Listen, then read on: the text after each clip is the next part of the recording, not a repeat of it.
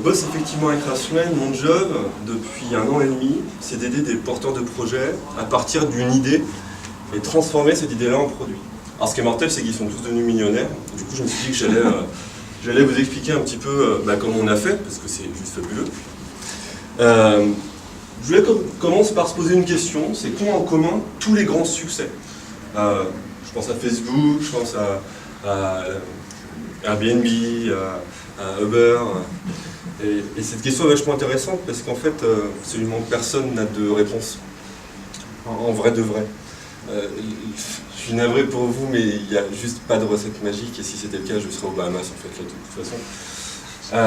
Il n'y a pas de recette magique et c'est même assez flippant sur certains aspects. Parce que si on prend un exemple comme Uber, je ne sais pas si vous êtes au courant, mais il y a 2 mecs, 1 an et demi ou 2 ans avant que la boîte se lance. Donc la première année, ils ont quand même généré $1 million. Hein. Petit succès au lancement. 2 ans avant, il y a des mecs qui avaient lancé exactement la même application aux États-Unis, de l'autre côté. Mais la même, vraiment le même, aussi bien réalisé, le même concept, etc. Ils ont fait un flop monstrueux, et à côté de ça, il y a Uber qui aujourd'hui se développe dans le monde entier. Donc il n'y a pas de recette magique, c'est juste une évidence. Mais il y a quelques petits trucs qui, sans donner une clé pour accéder au succès, évidemment, peuvent vous donner quelques indications sur au moins la route que vous êtes en train de prendre. Est-ce que je vais prendre le mur ou pas? Alors, il y a super longtemps de ça, hein, dans un autre siècle qu'avant, on crée les produits un peu différemment d'aujourd'hui. Enfin, le cycle standard, qu'on connaît tous, qu'on a tous connu, d'ailleurs le cycle en V dans la gestion de projet est vraiment très issu de ça. C'est un truc qui était super linéaire, c'est genre, j'ai une idée de produit, je fais d'abord mon étude de marché, je vais appeler des gens, je vais aller sur le terrain, faire des questionnaires, je vais réunir des potentiels utilisateurs, essayer de comprendre vraiment ce dont ils ont besoin. Je vais à partir de ça créer un prototype, alors faut pas qu'on en parle trop parce que le lancement est encore loin et donc ça doit rester secret, donc on va faire tester à ces panels d'utilisateurs-là. On va travailler sur notre produit jusqu'à vraiment arriver au truc, on sait que ça va matcher, quoi. Ça matche avec nos petits panels ou nos grands panels. On sait que c'est cool. Puis on le lance, puis là, soit c'est cool, c'est le succès, soit on est endetté pendant toute notre vie, enfin, c'est d'autres histoires. C'est un process qui est évidemment long, qui est coûteux parce qu'il est long, et qui est sacrément risqué quand on est un petit mec qui a 4 mois de cash devant lui et qui veut lancer son idée. Alors j'ai une bonne nouvelle, je ne sais pas si vous êtes au courant, mais on est en 2015, et on peut faire autrement. Et on peut faire autrement pour une vraie bonne raison. C'est qu'entre-temps, il y a un truc qui a été inventé, qui est assez cool, moi j'adore, ça s'appelle le web. Et le web, en fait, globalement, ça change un élément fantastique, c'est qu'on a accès aux produits qu'on met dans les mains de nos utilisateurs en permanence, on peut le modifier en permanence. Ce qui n'est pas le cas sur les applications mobiles, et ce qui n'est pas le cas sur un produit physique que vous créez. Donc là, tout ce qui va suivre, c'est vraiment très centré sur les applications web. Je voudrais poser une petite question. Qui se souvient ici du lancement officiel de Facebook, le jour où M. Zuckerberg a dit « Bon, les gars, ça y est, je lance mon produit, je vais révolutionner le monde entier ». Non, personne? Moi non plus. C'était pas il y a pas longtemps, hein, c'était il y a moins de 10 ans. Uber?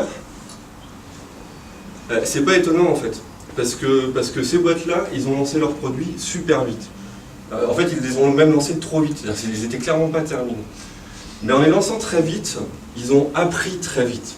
Ils ont confronté leur idée à leurs vrais utilisateurs, à leur vrai marché, ils ont pu très rapidement avoir du feedback. Et en fait, toutes ces boîtes-là, elles ont malgré tout un point commun. C'est qu'ils sont partis de ce process qui était complètement linéaire pour le transformer en quelque chose de cyclique et avec des intervalles de temps entre chaque cycle qui sont super courts. On parlait de process qui pouvait s'étendre sur des mois, voire des années, là on parle plutôt de semaines, voire de jours. Et dans l'idée, c'est, j'ai mon idée, je vais créer mon produit le plus vite possible, je vais le lancer tout de suite, et de ça, je vais apprendre avec des vraies données, des vrais utilisateurs. Alors ça marche super bien quand notre produit il est déjà lancé. Parce qu'en fait, puisqu'il est lancé, on est capable de capter des informations, on est capable de comprendre, d'avoir du feedback de nos utilisateurs. Là où c'est souvent très compliqué, c'est au début. Avant de me lancer, qu'est-ce que je vais développer en premier? Puisque je veux que ça se tienne sur un intervalle de temps qui est très réduit, quel choix je fais dans les fonctionnalités ou dans l'approche que je vais avoir. Il y a un outil qui est assez génial pour ça, et que moi j'ai utilisé à de nombreuses reprises pendant 1 an, ça s'appelle le Design Sprint. C'est un outil qui a été créé par Google, par leur branche Google Ventures en fait, ceux qui s'occupent de justement développer des idées pour des startups. Nest, par exemple, est un produit qui a été développé grâce à un design sprint de Google Venture. Donc je vous ai mis le lien ici, allez voir, je ne peux pas en 10 minutes vous expliquer exactement comment ça se passe, mais pour vous résumer le truc, le design sprint qui permet de court-circuiter cette boucle-là à la première itération justement, pour partir de l'idée et avec leur process, leur outil, apprendre directement en 5 jours. C'est un process qui vous permet, donc ça se déroule vraiment sur une semaine. Chaque jour, il y a un ensemble de tâches à effectuer qui sont assez bien décrites dans leurs documents. Alors évidemment, hein, on s'en inspire, on n'est pas obligé de tout suivre à la lettre. Mais leur objectif, c'est qu'en 5 jours, on obtienne le maximum de questions critiques d'un point de vue business, usage et segment d'utilisateurs. En fait, l'objectif, c'est de sortir au bout de 5 jours avec ce qu'on appelle avec une vision très claire de ce qu'on appelle le MVP. MVP pour Minimum Viable Product. En fait, MVP, c'est quoi? C'est l'essence même de votre idée. Ce qui apportera de la valeur, la vraie valeur à vos utilisateurs, c'est l'essence de votre produit. Et en fait, ce MVP va vous permettre de quoi? De tester, de valider votre proposition de valeur, l'essence de votre idée, et quelques hypothèses que durant le design sprint, vous allez pouvoir identifier. Typiquement, moi j'ai de l'intuition, je suis persuadé que ma cible de marché, ça va être les 20-25 ans. Ok, c'est une hypothèse. Moi j'ai de l'intuition, je suis absolument persuadé, parce que j'en ai discuté avec plein de personnes, que cette fonctionnalité-là, c'est mon killer feature, et c'est celle-ci que je dois implémenter. En ayant cette vision-là, du minimum syndical pour arriver à tester ces résultats-là, vous allez pouvoir créer votre MVP. Et clairement, votre MVP n'est pas le produit de vos rêves. Vraiment. C'est le mec qui veut créer Spider-Man, son MVP, ce sera, ouais, je vais commencer avec du maquillage. Mais le fait de faire ça, ça va vous permettre de faire ce que je vais vous expliquer après. C'est fou, hein, la fatigue, ça marche pas bien. De tester et d'apprendre énormément sur votre produit. Ça peut être quoi un MVP? Ça peut être une landing page. Quand on veut lancer par exemple un service web, le nouveau réseau social, un truc de taré, la première chose qu'on voudrait savoir, c'est est-ce que vraiment ma proposition de valeur, elle parle à des gens? Est-ce qu'il y a des gens vraiment qui voudraient utiliser ce truc-là? Avant même de savoir faire dégainer le portefeuille. Et la landing page, c'est un élément qui est intéressant pour ça. En fait, aujourd'hui, créer une landing page, c'est 7 minutes et ça coûte rien. J'en ai créé une, vous pouvez aller tout de suite checker si vous voulez, success.lunchrock.com. Je l'ai faite hier soir, ça m'a pris 7 minutes. En 7 minutes, vous avez juste une bête page web avec un petit formulaire d'inscription, vous laissez votre adresse email et voilà. Mais en fait, elle est vachement plus intéressante que ça, cette page web. Pour plusieurs raisons. La première, c'est que, en tant qu'internaute, donner nos coordonnées, donner notre adresse email, c'est un vrai acte d'engagement. On ne le fait pas pour n'importe qui, on ne le fait pas à n'importe quel moment en fait. Quand on le fait, c'est parce que quelque chose nous a réellement parlé et qu'on a confiance en face. Donc vous savez que si quelqu'un fait ça et clique ici, c'est que déjà, le contenu de la page lui a parlé. Et dans le contenu de cette page-là, donc je lance réellement des formations à 5000 balles. Je sais. On verra si j'ai des inscrits. Vous avez ici votre proposition de valeur. En gros, en 16 minutes, j'ai ici un outil qui va me permettre de tester sur un segment d'utilisateurs le pourcentage par rapport au nombre de visites de personnes qui ont fait l'effort de s'inscrire et m'ont fait confiance. Et bien ça, c'est juste déjà un premier indicateur, mais qui peut être super intéressant. Ça m'a pris 7 minutes à faire. Un MVP, ça peut être une newsletter, ça peut être un fichier Excel. Vous n'êtes pas obligé de créer réellement une application web pour valider que votre proposition de valeur, elle match. Il y a une histoire qui est géniale, c'est le mec qui a créé Dropbox. Alors en fait, Dropbox, pour ceux qui ne connaissent pas, c'est un système de synchronisation de fichiers entre toutes vos machines. Aujourd'hui, c'est une boîte qui est énorme et qui fonctionne vraiment bien au niveau mondial. Mais le mec, avant de réussir à se lancer, il a galéré pendant des mois à pitcher tous les investisseurs qu'il trouvait. Parce que comme c'est une solution avec une problématique technologique vraiment importante, il lui fallait du blé tout de suite.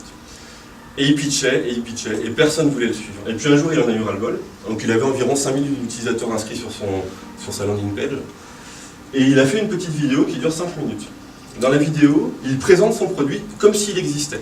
Mais vraiment, il avait fait des fausses pages web, voilà, tout le process. On voit Dropbox tel qu'il existe aujourd'hui. Il a balancé. En une nuit, il passait de 5000 utilisateurs à 75 000 utilisateurs inscrits. Pourquoi? parce que la proposition de valeur de Dropbox matchait réellement avec une problématique que ces utilisateurs-là avaient besoin de résoudre. Ça ne voulait pas dire qu'ils allaient payer derrière, mais simplement, en l'espace de 24 heures, avec cette petite vidéo, il a pu tester que sa proposition de valeur, elle matchait. Et donc de ça, ensuite, ça a déclenché évidemment les levées de fonds et tout ce qui va bien. En gros, MVP, ça va être tout ce qui vous permettra d'apprendre, en limitant au maximum le temps que vous allez avoir à passer dessus et le fric que vous allez devoir intégrer. Et pour apprendre, vous allez avoir besoin de deux choses. La première, c'est d'être ultra proche de vos utilisateurs. On n'apprend pas si on ne connaît pas ces 100 premiers utilisateurs, mais genre, on les connaît par leur prénom. Vraiment, c'est la meilleure façon d'engager une vraie discussion et de comprendre en fait ce qui va pas, le pourquoi est-ce qu'ils sont là, pourquoi est-ce qu'ils ont accepté de sortir leur carte bancaire.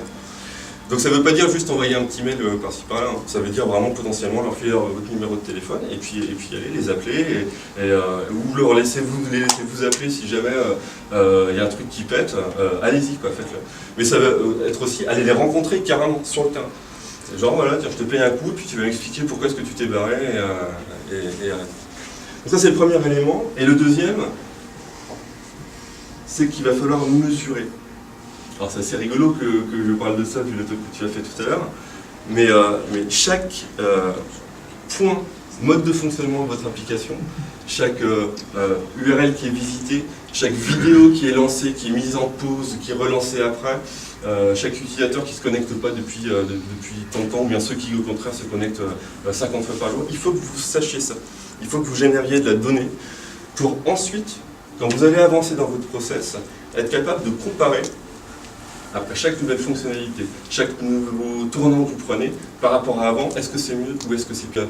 Vous allez dans la bonne direction, ou si, ah ben non, putain, je viens de perdre 50% de mes utilisateurs actifs depuis qu'on a fait ce changement. Ce qui est cool, c'est qu'il y a plein d'outils qui permettent de faire ça. Je suis désolé, je vais m'arrêter 2 secondes pour voir, parce que là, c'est plus possible. Quand on parle pendant 40 minutes, c'est cool, mais en 10 minutes, c'est plus compliqué. Alors le premier outil, celui qu'on connaît tous, qu'on exploite à 1%, c'est Google Analytics. Google Analytics, ouais, c'est super de savoir combien on a de visiteurs par jour sur notre site web, comment est-ce qu'ils sont arrivés dessus, mais c'est un outil qui peut aller vraiment beaucoup plus loin que ça. On peut suivre ses cohortes sur Google Analytics, on peut créer, suivre tout le process de navigation et comprendre à partir de ça vraiment ce que font les utilisateurs sur le site web à partir de cet outil-là. Donc là aussi, je ne rentre pas vraiment dedans, mais intéressez-vous parce que c'est super intéressant. Il y a d'autres types d'outils. Ce Google Analytics, c'est ce genre d'outil de stats, en fait c'est vachement bien, mais vous n'interagissez pas avec vos utilisateurs. Il y a des outils comme Intercom, c'est celui qu'on utilise nous très régulièrement, ils ont quelques concurrents, mais c'était les premiers. C'est des outils qui permettent deux choses, ils vous permettent de segmenter de façon extrêmement précise vos utilisateurs, du coup de les comprendre par segment. Tiens, en fait, ceux qui payent, ce sont les femmes de 20 à 25 ans. C'est 90% de mon chiffre d'affaires. Ok, les autres, je les vire. Pour le moment, je me concentre là-dessus et on verra après pour aller plus loin. Donc ça, c'est déjà le côté segmentation est super intéressant. Et le côté communication de ce genre d'outils, ce qu'il vous permet de faire, de mettre en place avec vos utilisateurs. Il y a des sites web sur lesquels on a mis, alors ça affiche une petite bulle en bas, hein, ça c'est juste, enfin, techniquement, il n'y a rien de très compliqué. Mais vous avez un suivi global entre ce que les gens font, les échanges que vous avez eus avec eux, les problèmes qu'ils ont eus, et ça vous permet vraiment d'avoir une compréhension de vos users, en fait, qui est très très claire et vous permet d'aller beaucoup plus loin que juste je sais qu'ils se sont inscrits. Alors on a fait le tour du truc. En fait, on a fait le tour d'une première itération. Vous avez des datas, vous connaissez les gens qui sont en face, vous avez déjà lancé quelque chose. Ben là maintenant, vous pouvez comparer ça avec le avant. J'en suis où? Est-ce que ça monte? Est-ce que ça descend? Est-ce que ça va? Est-ce que ça va pas? Est-ce que je dois arrêter parce que j'ai cramé tout mon cash? Est-ce que je peux encore continuer si c'est pas le cas et tester d'autres possibilités? Alors c'est le moment où il y en a qui parlent de pivot, moi je parle plutôt de piloter son entreprise, son projet. Mais en tout cas, avec ces indicateurs-là, et que vous recevez de façon régulière et que vous consultez tous les jours en fait, hein, pour savoir comment ça se passe, c'est là que vous allez pouvoir réellement avancer et continuer dans cette direction ou l'autre. Je ne vous propose pas de filer 5 000 balles parce que je pense que ça ne les vaut pas. Par contre, si vous voulez me payer un coup tout à l'heure, ce sera avec plaisir pour en parler un petit peu plus. Ou vous pouvez des questions.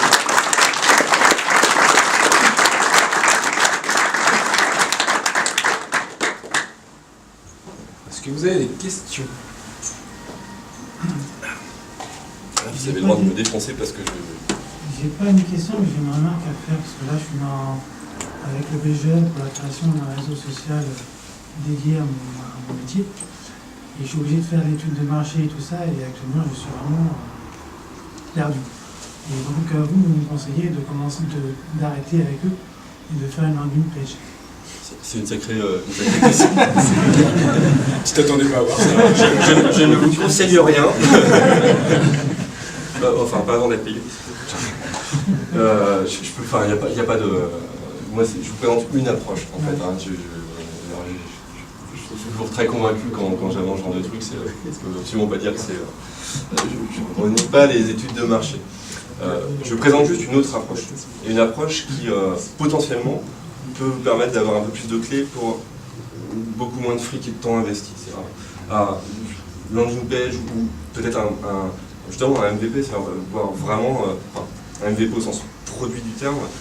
Peut-être voilà qu'il faut que vous bossiez avec une agence où vous trouviez un dev qui veut bien bosser avec vous pendant 3 semaines et voir si en 3 semaines vous êtes capable de sortir quelque chose et du coup là vraiment tester. Peut-être que l'approche étude des marchés a vachement de sens dans votre cas, enfin j'en sais rien. C'est juste une approche différente. Mais tu vois, ce que tu présentes là, c'est typiquement en fait tous les chefs d'entreprise qui se lancent sont confrontés exactement à ce même cycle. C'est-à-dire, ils partent d'une idée à un moment en se disant tiens, on y va. Puis en fait, très très rapidement, on a un certain nombre de retours et qui font qu'on est obligé de changer son offre.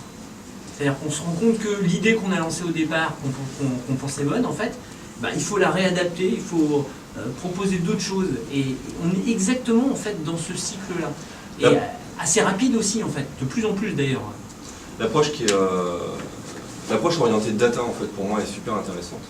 Parce que, et tu résumes bien la chose, il y a plusieurs options quand ça marche pas.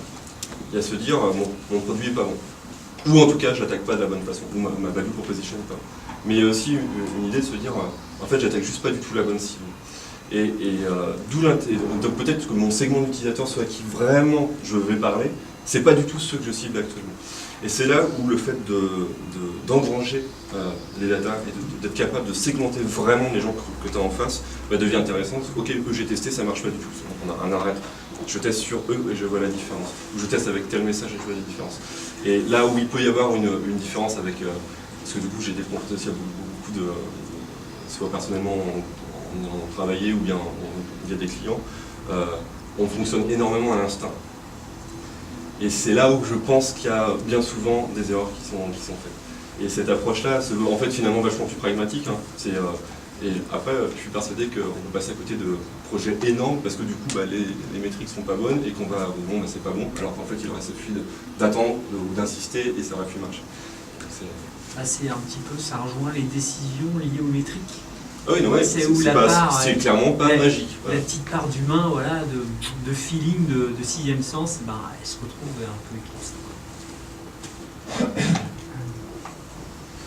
Du coup, tu décris un peu le fait de choisir en fonction des datas, des données, c'est un peu de l'A/B testing carrément quand tu fais sur un site web, tu vas proposer 2 options un peu et puis voir laquelle fonctionne. Ça fait partie des outils à la tirer. Bon, pas forcément ça, mais en général, quel est le coût de ton expérience de mettre ça en place? Est-ce que c'est pas un peu coûteux d'analyser toutes ces données, de les récolter, en termes de temps pour une boîte d'une personne? Alors aujourd'hui, sur un projet, ça dépend évidemment toujours du projet, mais en gros, pour 200 balles, tu as un truc qui tourne en fait. C'est vraiment, par mois, Intercom là, en l'occurrence, ça coûte 60 € par mois, pour être capable d'engranger les datas et d'interagir avec les utilisateurs. Google Analytics, c'est gratuit. Donc en fait, tout le côté outil, c'est rien du tout. Là où ça coûte un petit peu, évidemment, c'est au tout départ, pour faire que, et je te rejoins là encore, pour faire que ton outil envoie les bonnes datas. Qu'est-ce que je veux savoir? Et du coup, ça, forcément, le fait de l'intégrer, ça va. Mais honnêtement, c'est ridicule. C'est des outils qui sont tellement bien branlés que souvent c'est soit du code de JavaScript à mettre ou un petit appel quand tu vas effectuer telle action. Donc vraiment le coût de mettre ça en place aujourd'hui il est quasi nul. Par contre l'intérêt derrière est de mon point de vue plutôt intéressant. Ouais. Tu as des techniques pour communiquer lorsque c'est la première phase de lancement. Et bon, tu fais quoi? Tu crées ta landing page et puis tu envoies des spams par mail, aller sur la page. Alors il y a un mec qui parle de tout ça super bien. Il s'appelle, je t'invite à regarder si c'est quelque chose qui t'intéresse, ces talks. Il s'appelle Oussama Hamar, c'est un mec de The Family. Tu cherches The Family là, sur Google. Et ce mec-là a énormément joué sur le fait qu'en France on parle de growth hacking. C'est justement comment est-ce qu'au tout début, une fois qu'on a commencé à travailler, comment est-ce qu'on va attirer les gens, comment est-ce qu'on va générer créer de nouveaux utilisateurs, enfin les attirer. Et il parle super régulièrement et vraiment très bien de toutes les techniques justement qui peuvent permettre de transformer, de convertir un simple visiteur jusqu'à un utilisateur et voir le mec qui paye. Mon travail en fait n'était pas tant orienté sur cet aspect-là que plutôt construire un produit qui permette de faire tout ça derrière. Alors nous on intervenait vraiment sur le côté design à la base et ce qu'on concevait techniquement apportait aux gens qui pilotaient leur startup en fait toutes les datas dont ils avaient besoin. Ils sont pas millionnaires en vrai.